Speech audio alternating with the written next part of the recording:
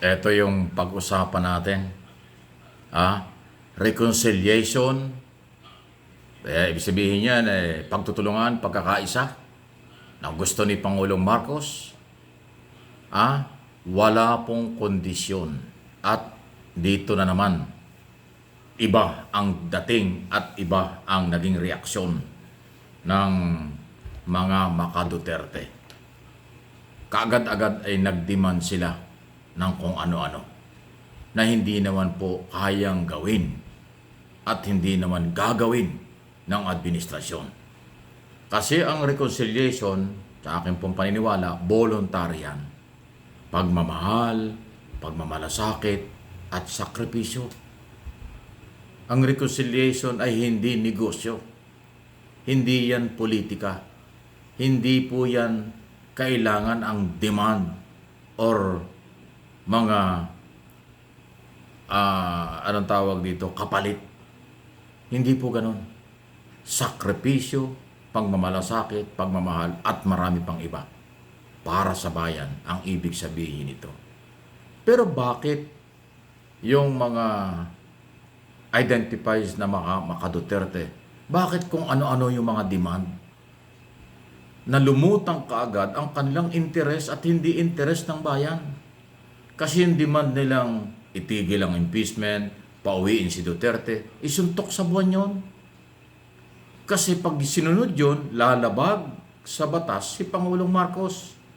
Bakit? Ang impeachment ay konstitusyonal. Naayon sa saligang batas. Kongreso at Senado na ngayon ang mayroong jurisdiction sa impeachment. Walang kinalaman ng Office of the President. Ang mga kaso, paglabag sa karapatang pantao, crime against humanity, ni Duterte sa ICC, sa Netherlands, wala nang jurisdiction ang Office of the President sa ngayon.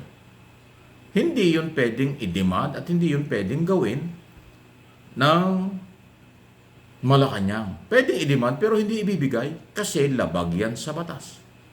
Sinabi na po ng Malacanang through communication Undersecretary Claire Castro, hindi lalabag sa batas ang Pangulo sa kanyang sinusulong na reconciliation. So napakalinaw. Again, kaya ako binanggit na parang personal ang dating sa mga Maka-Duterte kasi nag-demand kaagad sila. Para bang, sige, sasali kami sa reconciliation, ibigay nyo sa amin ito. Sandali. Hindi yun pagsasakripisyo, hindi yun pagmamahal. Yun ay personal dahil meron kayong demand. Ang paglilingkod ng totoo at para sa katahimikan at kaunlaran ng bansa, dapat sakripisyo. Hindi dapat merong kapalit. Mali ang inyong sapantaha at interpretation. Kaya hindi pwede yan. Dapat lang rigidin, dapat lang tanggihan ng Malacanang ang demand kasi walang kondisyon ang pagkakaisa. Walang kondisyon ang reconciliation. Ang magdidemand at may kahilingan, malabo yan. Malabo pa sa sabaw ng pusit.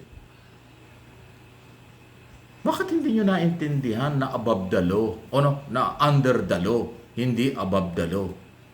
Ulitin ko, bakit hindi nyo naintindihan under the law ang ginawa ng gobyerno? Impeachment kay Sara at yung pagkaka-aresto kay Duterte. Hindi sila above the law ang mga Duterte. Rule of law ang pinairal. Mahirap pang intindihin yon. Kung hindi naintindihan ito ng masang taga-suporta, Duterte supporters ninyo, naintindihan ko pa yon. Pero kung mga politiko, mga abogado, mga dapat professional na mga Duterte, ang hindi nakakaintindi, ayun na nakakapagtaka.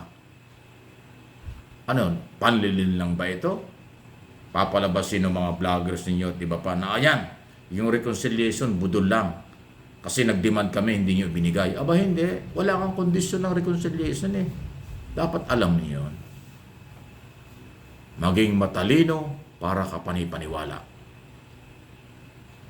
Maging marunong at alamin ang mga statement para katanggap-tanggap. Ang mga nagdidemand sa reconciliation, pambubudol yan. Drama yan. Gusto nyong makaisa, pero hindi kayo makakaisa dahil alam ng gobyerno under President Marcos ang tunay na reconciliation ay walang kapalit. Lahat yan sakripisyo at pagmamalasakit. Dapat alam niyo yun.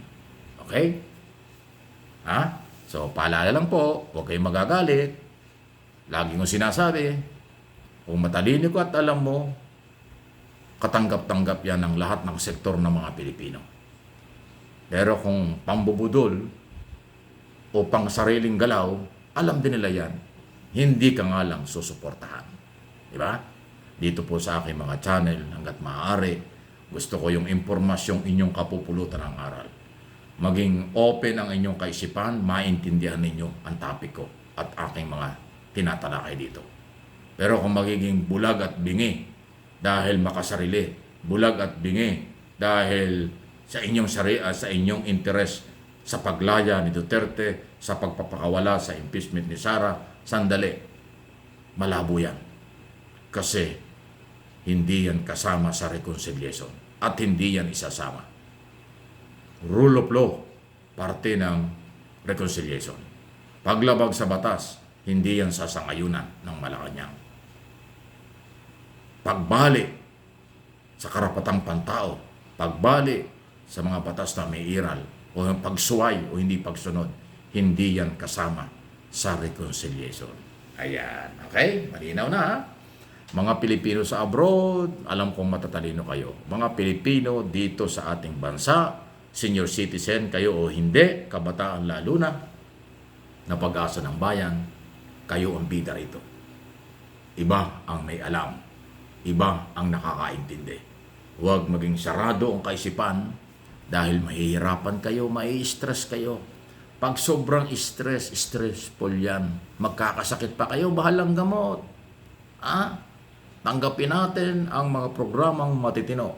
Murang bigas, dagdag na trabaho, tulong sa mga farmers, tulong sa mahihirap, ayuda kaliwat kanan, yan ay serbisyong totoo.